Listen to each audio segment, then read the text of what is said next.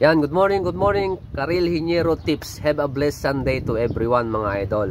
Okay, so ang ating pag-uusapan mga idol is yung L over 4. Okay, ano nga ba yung L over 4 mga idol? For example, meron tayong 6 meter na span ng ating poste, and then yung biga mga idol, yung length ng ating beam ay 6 meters. So ngayon, kukunin natin yung L over 4 ng 6 meters na yan. So 6 divided by 4 is equal to 1.5 meters. Okay, so ngayon yung 6 meter na span natin mga idol, pansinin nyo yung mga biga, meron silang mga extra bar. Okay, doon sa 1.5, yun yung pinaka-critical na portion ng ating biga. Okay, kaya yung putol ng ating extra bar is 1.5 plus yung bend. Okay, yun yung puputulin natin para maglagay tayo ng extra bar doon sa top bars. So ngayon, anong purpose ng top bars doon sa ating mga biga? Ang purpose ng top bars sa ating mga biga mga idol is para madagdagan yung load bearing capacity ng ating mga biga. Okay, yun yung purpose niya. And bakit nga ba excessive yung ating spacing ng stirrups doon sa part ng L over 4? Okay, so 1.5. Kung baga yung span na 1.5, kasi yung total span natin is 6 meters. Doon sa 1.5 na yun mga idol, yun yung pinaka-critical na portion ng ating biga. Kaya tayo naglalagay ng mahinhin o masinsin na pagitan ng ating mga stirrups, kasi nga yun yung critical portion. Nandito yung shear force.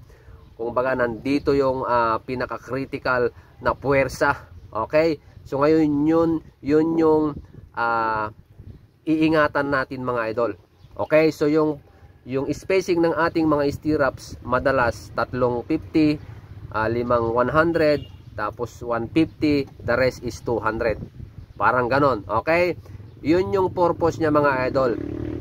Para maproteksyonan natin. Okay, para ma-prevent natin yung crack doon sa ating mga biga. Okay? Bakit meron pa tayo doon sa gitna? Meron pa tayong extra bar doon sa bottom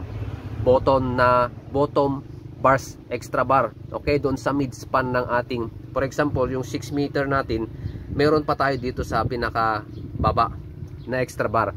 Okay, mga idol, ang ating beam kasi subjected yan into compression. So, pwedeng mag-deflect yung ating beam na ganyan. So, ngayon, pag nag-deflect yan mga idol, dito sa pinaka-ilalim, dito yung unang mapaprakture.